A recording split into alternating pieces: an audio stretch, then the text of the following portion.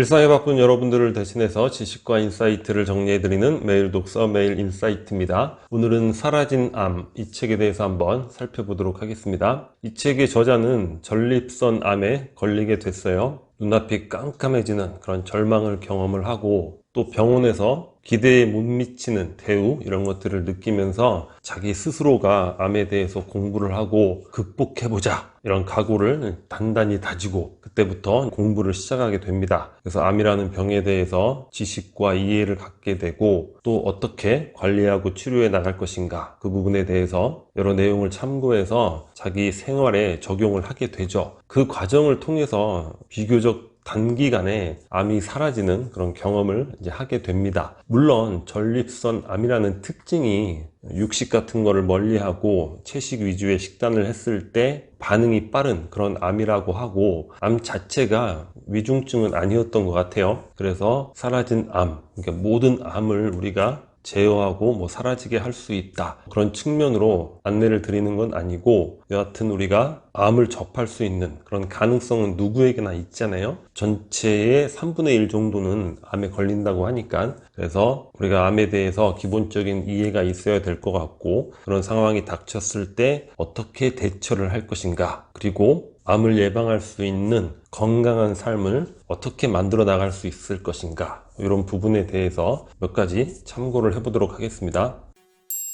첫 번째는 암을 대하는 자세, 애티튜드가 되는데 저자는 암에 대해서 세 가지를 조언을 하고 있는데 첫 번째는 두려워만 하지 말라 이렇게 이야기를 하고 있어요. 두려움을 직시하라 이렇게 책의 본문에는 되어 있는데 내용을 보다 쉽게 이해하려면 두려워만 하지 말자 이런 내용이 되겠죠. 암의 선고를 받았을 때 눈앞이 아득해지는 거죠. 깜깜해지는 것이고 우리가 보통 암에 대해서 가지고 있는 건 바로 죽음으로 연결되는 그런 길이라고 생각을 하잖아요. 그래서 엄청난 두려움에 휩싸이게 되는데 저자는 우리가 암에 대해서 모르기 때문에 우리가 어떤 대상을 모르면 두렵잖아요. 하지만 알게 되면 두려움을 극복할 수도 있는 것이죠. 그래서 두려움에만 매몰되지 말고 암에 대해서 알기 위해서 노력을 할 필요가 있다 이렇게 조언을 하고 있습니다. 암도 공부하고 이해하면 보이기 시작한다는 거예요. 그리고 물론 종류에 따라 경우에 따라 사람에 따라 다 다르겠지만 암도 극복할 수 있는 그런 경우가 우리 생각 이상으로 많이 있다는 것이죠. 두 번째는 서두르지 말자 이렇게 조언을 하고 있습니다. 암이라는 게 며칠 사이에 금방 생겨서 커지고 이런 게 아니라는 거죠. 최소 10수년 이상의 우리의 식습관이라든가 생활 방식이라든가 감정, 의식, 스트레스 대처법 이런 것들로 인해서 조금씩 형성되어 왔기 때문에 단기일 내에 어떤 급격한 변화가 일어나는 것은 아니라는 거예요. 물론 암에 따라서 아주 단기간에 악화되는 경우도 있을 수는 있어요. 근데 일반적인 경우는 그렇지 않다는 것이죠. 그래서 너무 서둘러서 뭔가를 하려고 하다 보면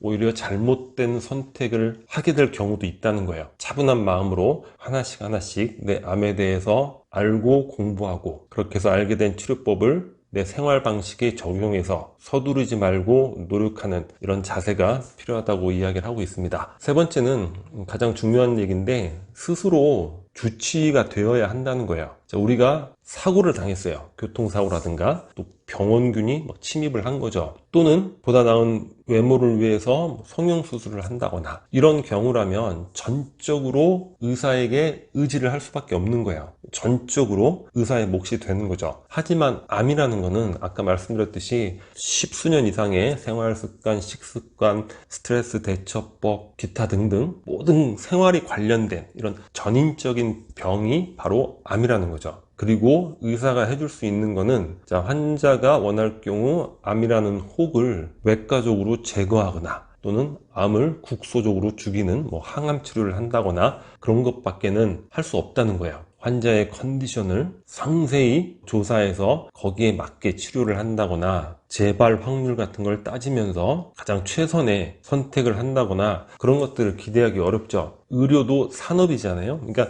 부정적인 의미로 말씀드리는 건 아니에요. 우리가 어떤 일을 하고 있더라도 사실 다 산업이니까 거기에 맞게 이익이 발생되는 행위를 하는 거지 그런 것에 대한 판단 없이 모든 시간들을 무상으로 또는 뭐 저비용으로 제공할 수는 없잖아요. 그런 한계, 그런 부분들을 우리가 좀 알고 대처를 해야 된다는 거예요. 스스로 자신의 몸에 대해서 공부를 하고 자신의 몸이 변해가는 과정에 대해서 스스로 임상을 해야 되는 거예요. 이거는 꼭 암이 아니라 하더라도 일상적인 삶에서 우리가 가져야 될 습관이 되는 것이죠. 자, 먹고 소화하고 배설하는 이런 것들이 제대로 기능하고 있는지 스스로가 잘 알 수밖에 없잖아요. 관찰을 하고 거기에 따라서 나의 생활 방식, 먹는 것에 어떤 문제가 있는가, 먹는 것도 좀 바꿔보고 그렇게 해서 어떤 변화가 생기는가, 이런 것들을 일상에서 늘 관찰을 해나가야 된다는 거죠. 특히나 암은 전인적인 병이기 때문에 단지 의사 선생님만 믿고 따르겠습니다, 이렇게 해서는 안 된다는 거죠.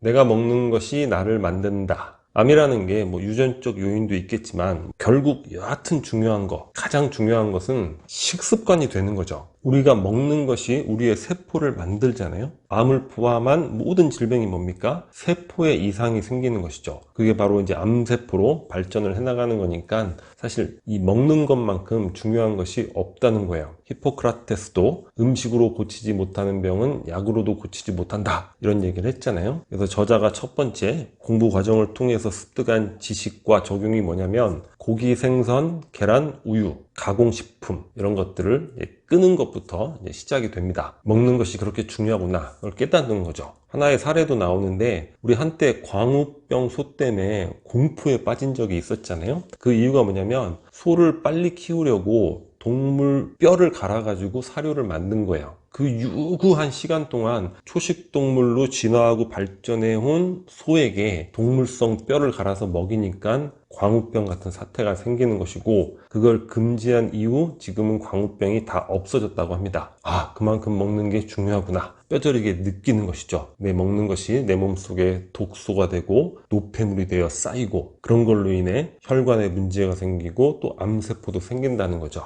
그래서 일단 아까 말씀드렸듯이 고기, 생선, 계란, 우유, 가공식품 끊게 됩니다. 그리고 현미라든가 통곡물, 가공하지 않는 곡물이 되겠죠. 그리고 채소, 과일로 식단을 꾸리게 되고 또 이거를 천천히 소화를 시키는 거죠. 충분히 입에서 잘게 씹어서 넘기는 거예요. 그러니까 식사 시간이 오래 걸리죠. 너무 오래 걸리니까 지루해지잖아요. 그래서 이 시간을 어떻게 보낼까? 그래서 태블릿 PC를 식탁 위에 놔서 그 시간을 공부하는 시간으로 이용을 합니다. 여러 암에 유용한 정보들, 건강 정보들, 이런 채널들 많잖아요. 그런 것들 보면서 천천히 음식을 먹게 되죠. 그런데 제가 여러 책을 보고 여러 강의를 들으면서 느끼는 건데, 우리가 성인성 질환, 대표적인 게 고혈압, 당뇨가 있잖아요. 자, 고기, 생선, 계란, 우유만 안 먹어도 고혈압과 당뇨병이 빠르면 2주, 한 달 정도면 없어진다는 거예요. 많은 분들이 아직도 이런 부분에 대해서 잘 모르고 이런 말씀을 드려도 의심을 하시는 그런 분들이 많은 것 같아요. 손해되는 경우는 아니니까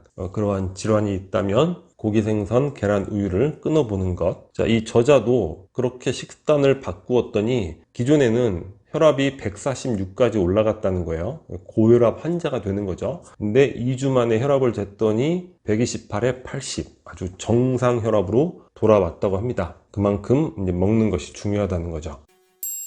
걷는 것이 최고의 약. 우리 인류가 애초에는 뭐 나무에서 생활을 했을 거 아니에요? 나무에서 생활을 하다가 땅으로 딱 내려왔는데, 땅에 내려오면 위험이 도사리고 있잖아요. 그러니까 그때부터 열심히 뛰었던 것 같아요. 그리고 원시 부족들 사냥법 보면, 우리는 만화나 이런 것에 보면 막 활 쏘고 뭐 이렇게 해서 사냥하고 뭐 이렇게 생각을 하는데, 뛰어서 사냥을 하는 게 애초에 우리 인류의 사냥법이었다는 거예요. 내셔널 지오그래피 TV에서 한번 본 적이 있는데, 자, 사슴을 하나 딱 정하면 계속 뛴답니다. 사슴을 향해서 계속 뛰는 거예요. 사슴이 도망가다 체력이 먼저 소진이 되는 거죠. 그렇게 해서 사슴을 이제 잡아오는 것, 그게 인류의 원래적인 사냥법이었다고 하는 거죠. 여튼 우리 인류가 어떠한 이유이건 뛰는 거예요. 그냥 뛰는 거. 움직이는 게 뭔가 진화적으로 이렇게 형성이 되어 있나 봐요. 그러니까 몸의 움직임이 우리는 필요한 그런 신체적 조건을 갖게 됐다는 거죠. 뭐 원숭이나 오랑우탄이나 그런 경우는 다른 방향으로 진화가 됐는지 나무에 앉아가지고 별로 움직이지 않아도 그들에게는 성인병이나 암이 발견되지 않는 거죠. 근데 우리 인류는 그렇지 않은 거죠. 그래서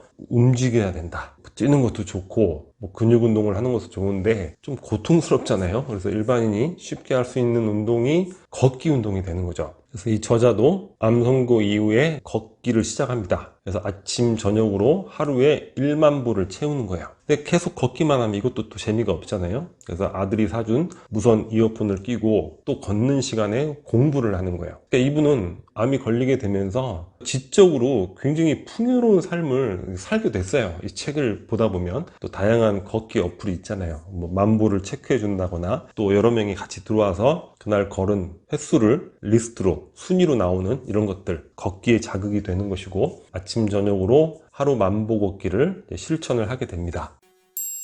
암 축복이 되다. 이 저자의 경우에는 식습관, 걷기, 또 마음의 평화, 이런 시도를 통해서 전립선암이 이제 사라지는 이런 놀라운 경험을 하게 되죠. 여튼 그 전립선암이라는 또 특수한 경우고, 이걸 일반화시키긴 어렵겠지만 우리가 일상의 건강을 유지하고 어떠한 암이든 간에 어느 정도 도움이 되는 그런 방향성은 충분히 될 것 같아요. 그렇게 우리가 참고해서 또 개인적으로 따로 또 특별하게 공부하면서 생활에 적용하면서 좀 치료에 도움이 되었으면 좋겠고, 그리고 이 책에서 인상 깊었던 부분이 뭐냐면 암이 이 저자에게 축복이 되었다, 이런 이야기인데, 인생을 더 감사하게 되고 뭐 이런 뻔한 얘기가 아니라 어떤 얘기냐면, 기존에는 나의 현재, 나의 하루, 나의 일상, 이런 것들이 뭡니까? 우리가 성과주의, 물질주의 세계를 살아가잖아요. 그러니까 수단이나 도구가 되는 거예요. 그리고 미래를 위한 희생이 되는 거죠. 그런데 일상치유, 그러니까 식습관, 오랫동안 음식을 차근차근 먹고 걷고 뭐 이런 것들이 남들이 보기에는 아주 답답하고 지루하게 느껴질지도 모르지만 이 저자에게는 하나하나가 너무 즐겁고 의미가 있었다는 거예요. 공부하고 그로 인해서 영혼이 더 풍요로워지고 이런 것도 플러스가 되겠죠. 그러니까 이 현재라는 게 수단, 도구, 희생이 아니라 이 현재의 일상 그 자체가 삶의 목적이 되었다는 거죠. 현재 하루 일상에서 삶의 기쁨을 찾고 행복을 느끼게 되었다. 그러니까 우리가 카르페 디엠, 현재를 잡아라, 이런 경구를 많이 들으면서도 잘 이해가 안 되잖아요. 근데 이 저자의 사례를 보면서 카르페 디엠이라는 게 이런 뜻일 수 있겠구나, 이런 구체적인 느낌을 좀 갖게 되는 것 같아요. 우리가 성과주의에 빠져서 현재를 포기하는 그런 삶이 아니라 바로 이 순간을 충만하게 느끼는 그런 것들이 진정한 삶이 되지 않을까, 그런 것에 대한 약간의 깨달음도 얻을 수 있는 그런 책이었던 것 같습니다. 여튼 미래에 우리에게 다가올 하나의 가능성이 될 수도 있고, 또 어떻게 보면 지금 이 순간에 또 암을 겪고 있는 경우도 있을 수 있을 텐데, 여러 부분에 있어서 한번 참고해 볼 만한 책이 되지 않을까, 이런 생각을 해봅니다. 자, 오늘 영상은 여기서 마치도록 하겠습니다. 캐릭커츠가 구독 버튼이고요. 구독과 좋아요 많이 부탁드리겠습니다. 감사합니다.